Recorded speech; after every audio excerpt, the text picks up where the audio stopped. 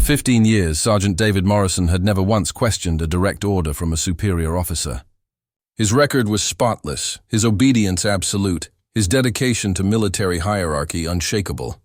But when Lieutenant Colonel Richard Ashworth commanded him to abandon his post during a critical ceremony at Buckingham Palace, Morrison did the unthinkable. He refused. In front of hundreds of witnesses, with cameras rolling and his entire career on the line, this decorated sergeant committed an act that could send him to military prison. Hit that subscribe button because what happened next proved that sometimes the most loyal thing a soldier can do is say no to his commanding officer, before we reveal the story. If stories of honor, sacrifice, and promises kept beyond death move your heart, hit that subscribe button because tomorrow we have another powerful story that will restore your faith in the bonds that connect generations of warriors.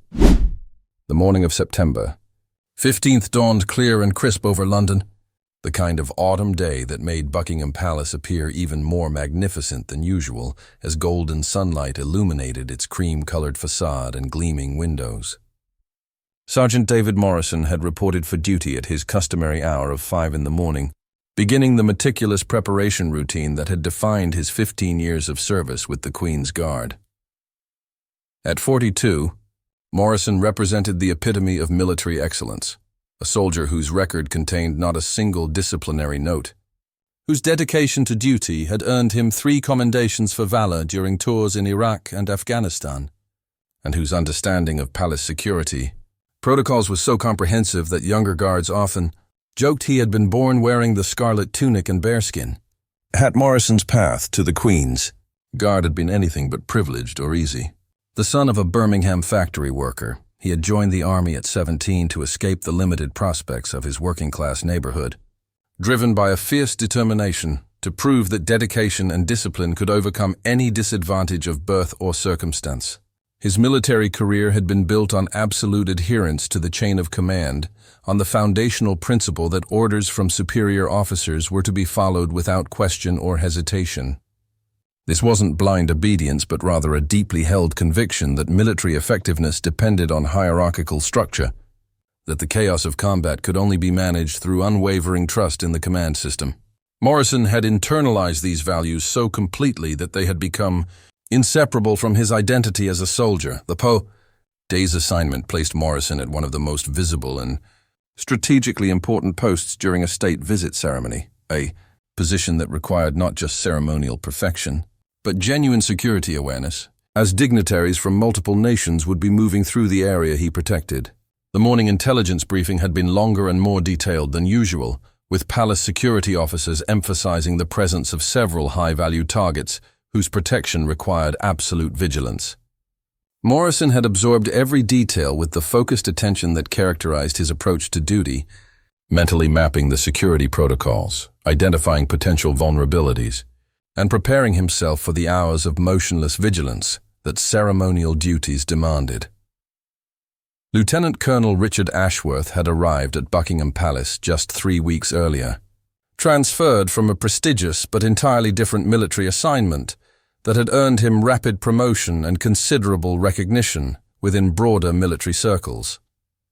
At 37, Ashworth represented a new generation of officers, university-educated, tactically brilliant in conventional military operations, and ambitious in ways that marked him as destined for higher command. His credentials were genuinely impressive, his combat record distinguished, his tactical mind sharp and analytical. But his experience with the specialized world of royal protection was virtually non-existent, and the subtle protocols that governed security at Buckingham Palace remained largely mysterious to him despite the orientation briefings he had received upon his arrival. Ashworth carried additional pressures that morning that would prove catastrophic in their influence on his judgment. His marriage had been deteriorating for months, the strain of military life and frequent relocations finally overwhelming his wife's patience and creating tensions that leaked into his professional demeanor.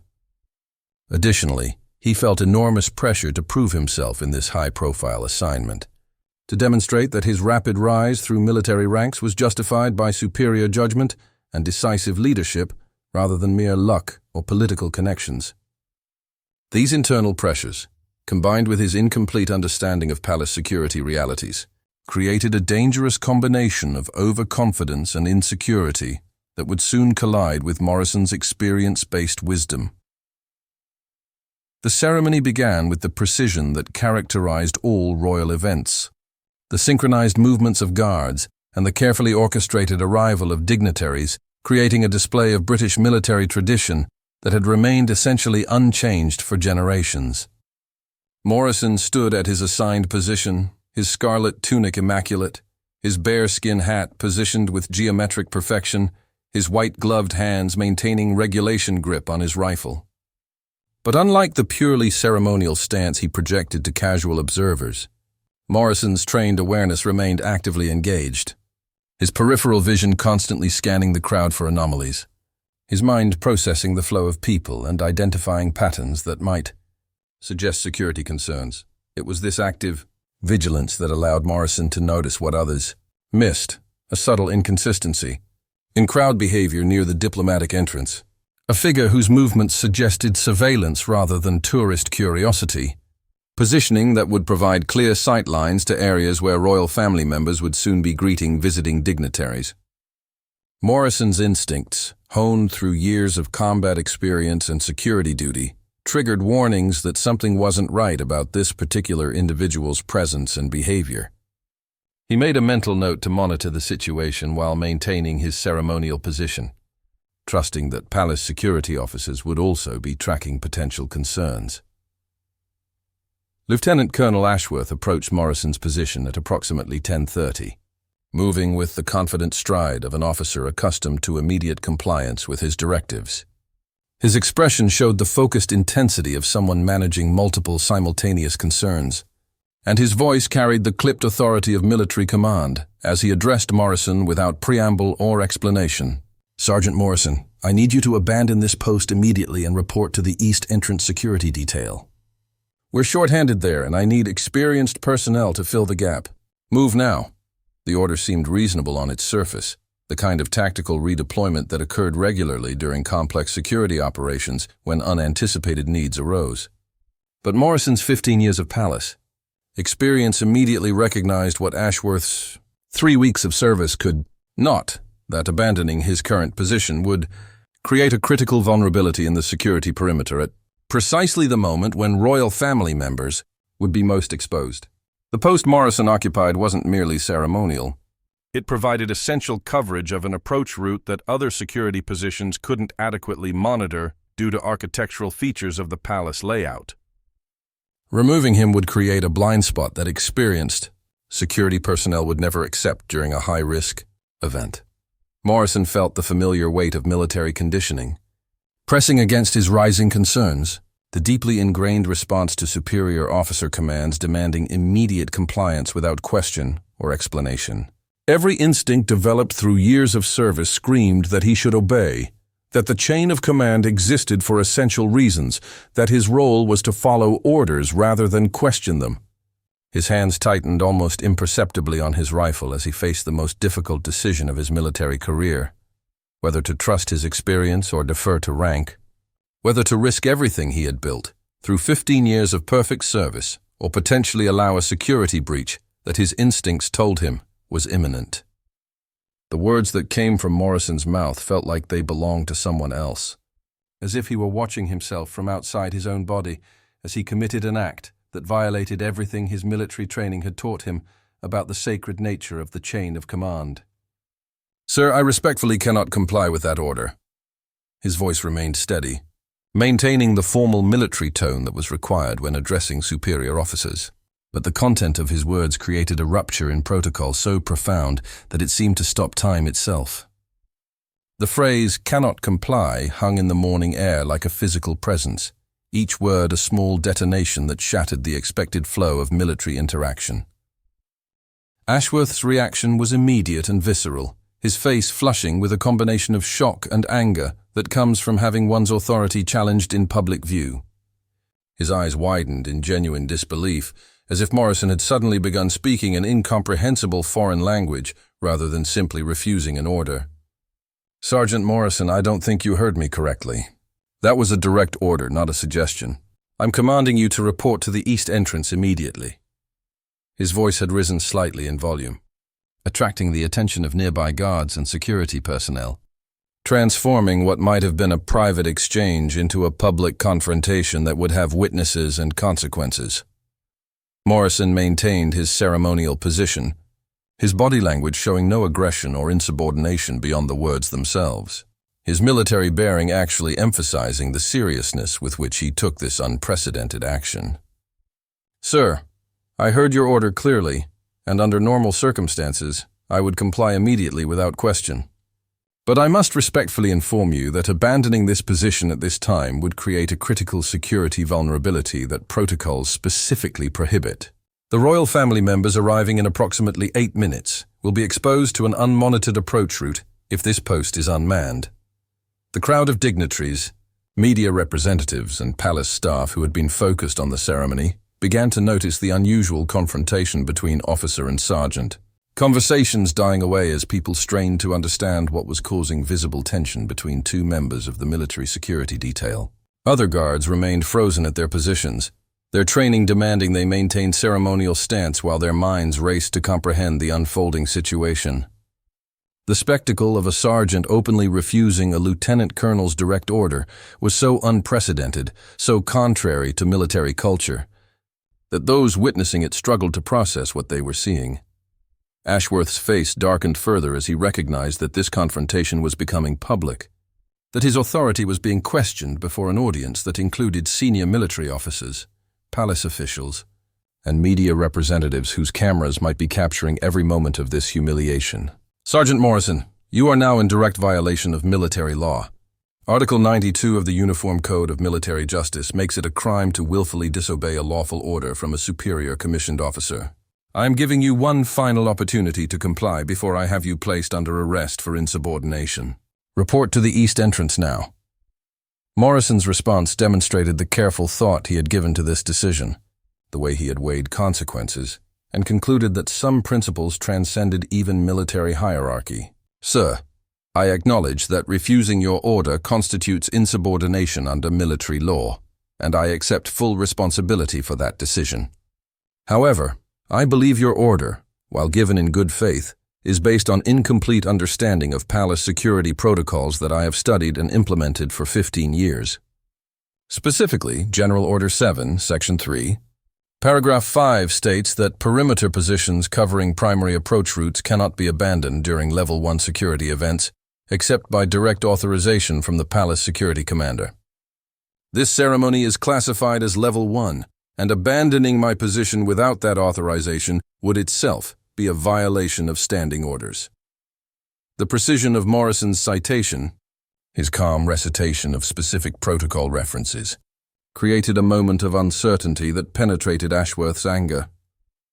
The lieutenant colonel's expression shifted slightly, showing the first hint that perhaps his order hadn't been as straightforward as he'd assumed, that maybe the sergeant's refusal was grounded in something more substantial than simple insubordination. But having publicly issued the command, having threatened arrest, Ashworth found himself trapped by his own authority, unable to back down without appearing weak or uncertain before the assembled witnesses. Those protocols can be overridden by operational necessity. "Sergeant, which is exactly what I'm doing. The east entrance situation requires immediate reinforcement, and I'm making a tactical decision to redeploy assets. Your job is to follow orders, not to interpret them or decide which ones you'll obey. This is your final warning." Ashworth's hand moved toward his radio, the gesture suggesting he was prepared to call military police to enforce his command and arrest Morrison for insubordination. Morrison's next words would be remembered and quoted in military academies for years to come, a crystallization of the eternal tension between blind obedience and informed judgment that has challenged military organizations throughout history. "Sir, I will face court-martial if necessary, but I cannot and will not abandon this position while it remains essential to the protection of the royal family. My oath was to protect them, not to protect my career or avoid consequences. If you believe I'm wrong, you have every right to have me arrested. But until someone physically removes me from this post, I will continue performing the duty I was assigned." The standoff had reached its critical moment. With Ashworth's hand on his radio and Morrison's position unchanged, when palace security radios erupted with urgent transmissions that would vindicate one man's instinct and expose another's inexperience in the most dramatic way possible. The security transmission cut through the tension like a blade through silk. The urgency in Detective Chief Inspector Sarah Chen's voice immediately capturing the attention of everyone within earshot of a radio. All units, suspicious individual identified in Sector 7, moving toward diplomatic entrance. Subject matches description from earlier intelligence briefing. Intercept and detain for questioning. All perimeter positions maintain coverage. Repeat. Maintain all positions.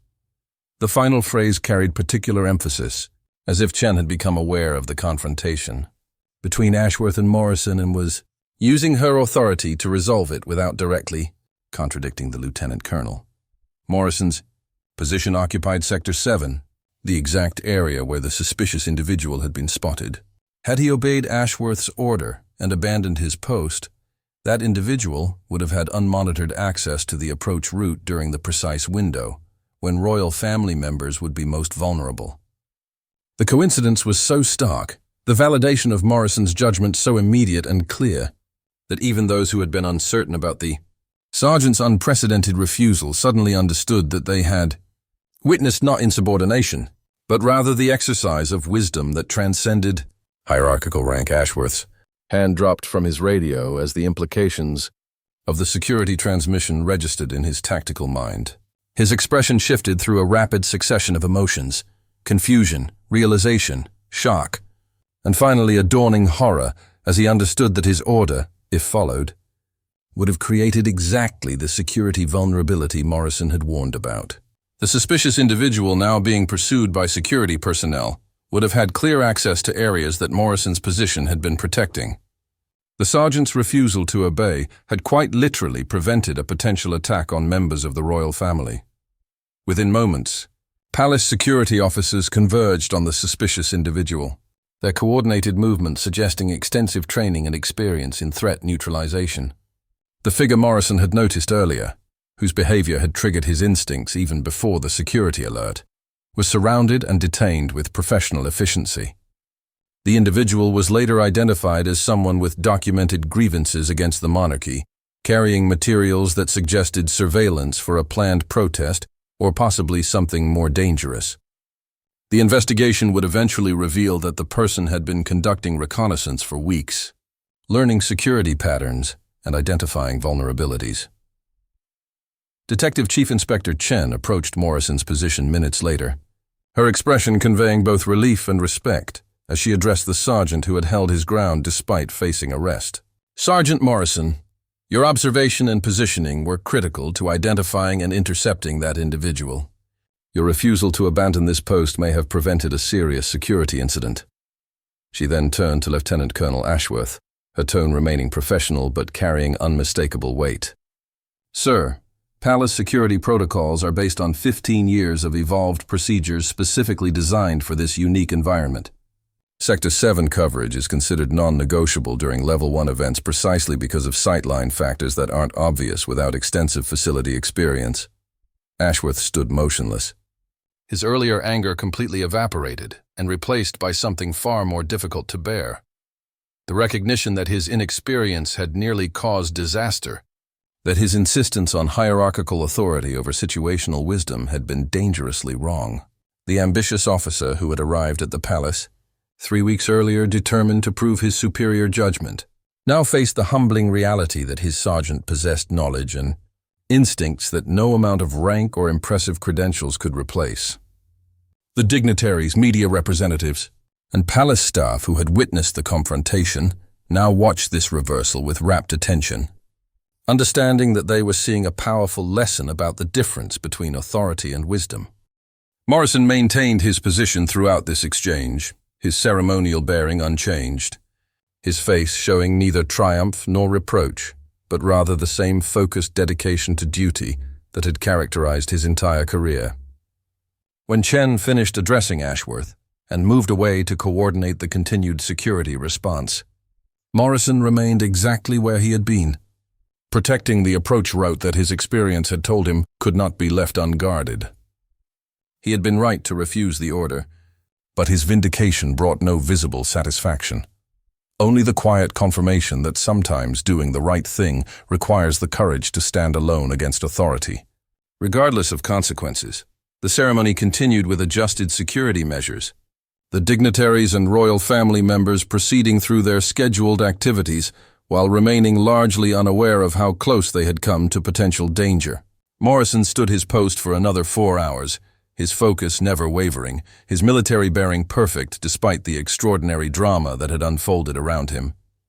When his shift finally ended, and he was properly relieved by another guard, he simply returned to the guardhouse, changed out of his ceremonial uniform, and prepared to face whatever military justice awaited his unprecedented act of insubordination.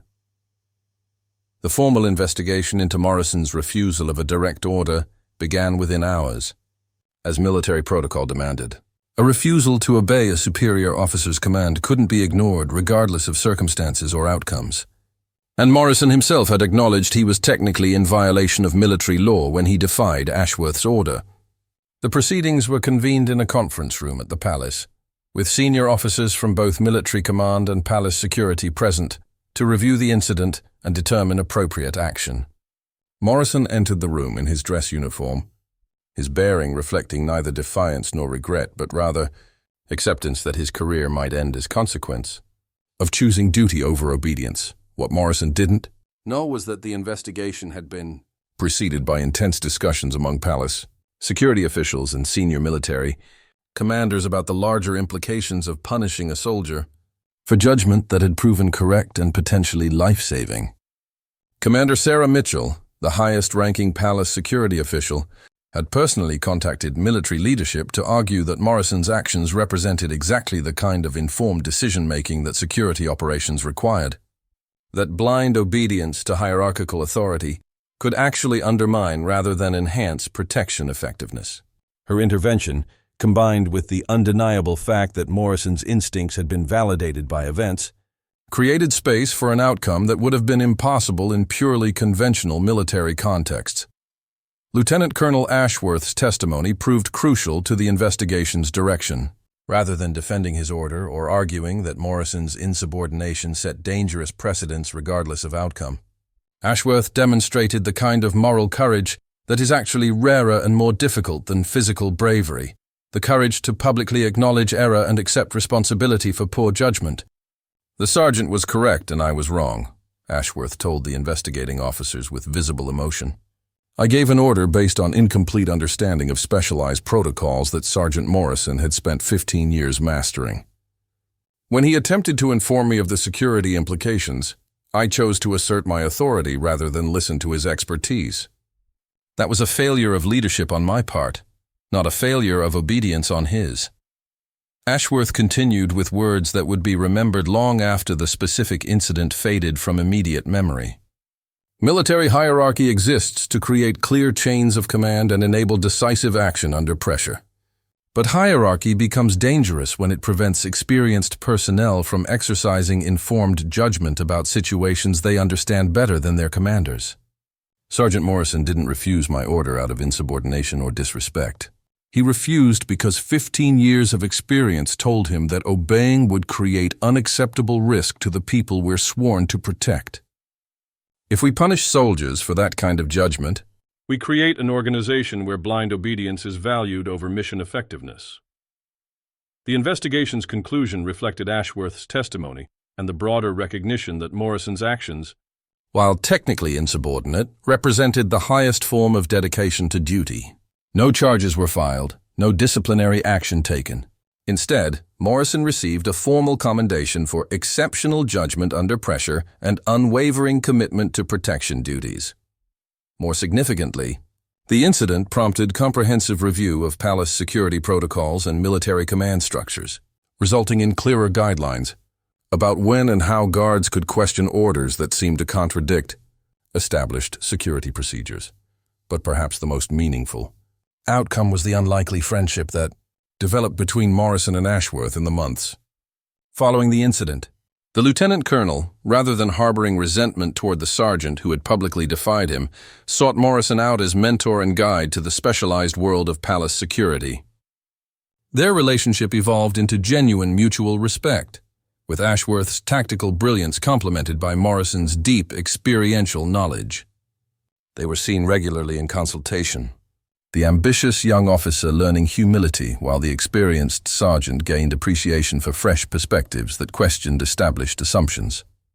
6 months after the incident, Ashworth addressed a military leadership conference with Morrison present, using their confrontation as case study for discussion about balancing hierarchical authority with informed judgment. "I learned more from being wrong and having Sergeant Morrison refuse my order than I learned from years of being right and having my orders followed," Ashworth told the assembled officers. True leadership isn't about demanding obedience. It's about creating environments where the people with the most relevant knowledge feel empowered to speak up, even when that means contradicting superior officers. If Sergeant Morrison had been too intimidated by my rank to refuse that order, we might be talking about a very different outcome today. Morrison, for his part, remained characteristically humble about his role in the incident. When asked by younger guards how he had found the courage to refuse a direct order, he typically deflected attention from his personal bravery to focus on the principle involved. "It wasn't about courage," he would say. "It was about clarity. I knew with absolute certainty that abandoning that post would create unacceptable risk.